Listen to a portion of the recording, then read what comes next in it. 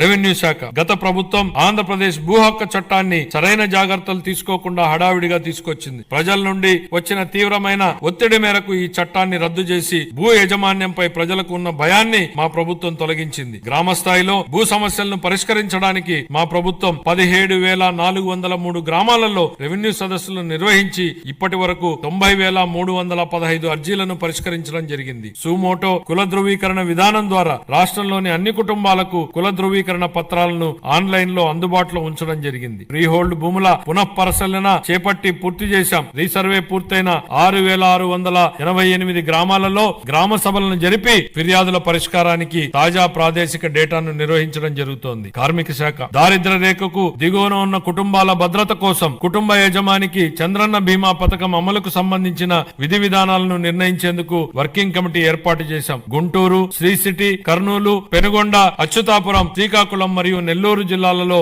ESI ఆసుపత్రుల నిర్మాణానికి భూములను గుర్తించడం జరిగింది. తిరుపతిలో ఈఎస్ఐ ఆసుపత్రిని 50 నుండి 100 పడకలకు పెంచడానికి ఆమోదించడం జరిగింది. ఇతర విధానాలు గౌరవ ముఖ్యమంత్రి గారి మార్గదర్శకంలో ఈ కింద ముఖ్య విధానాలను మా ప్రభుత్వం తీసుకొస్తోంది. వైబిలిటీ గ్యాప్ ఫండింగ్ ఆర్థిక శాఖకు సంబంధించి కొన్ని కీలక అంశాలు ప్రస్తావించాలి అధ్యక్ష. బడ్జెట్ అనగానే రూపాయి రాక పోక, కేటాయింపులు, అప్పులు, ఆదాయం, ఖర్చులు, లోటు మిగులు, రెవెన్యూ వ్యయం, మూలధన వ్యయం ఇవి సామాన్యుడికి అర్థం కాని పడికట్టు పదాలు. ప్రజల కోసం పెట్టే బడ్జెట్ ను ప్రజలకు అర్థమయ్యే భాషలో చెప్పాల్సిన బాధ్యత మనపై ఉంది అధ్యక్ష. గతంలో ఎన్నడూ లేని విధంగా మూలధన వ్యయం గురించి ఎక్కువ చర్చ జరుగుతోంది అధ్యక్ష. మూలధనం వ్యయం అంటే ఏమిటనేది సామాన్యుడి భాషలో చెప్పాలంటే ఒక రైతు భూమిని కొనడం మూలధన వ్యయం, ఆ భూమిని సాగు చేసుకోవడానికి అవసరమైన బావి తవ్వడం, బోర వేయడం మూలధన వ్యయం. ఇలా ఆ రైతు పెట్టిన ఆ మూలధన వ్యయం వలన అతని పొలంలో పంటలు పండుతాయి, ఆదాయం వస్తుంది. అలాగే ప్రభుత్వానికి మూలధన వ్యయం ఉంటుంది. సాగునీటి ప్రాజెక్టులు, మౌలిక సదుపాయాల వంటి వాటిపై ఖర్చు చేస్తే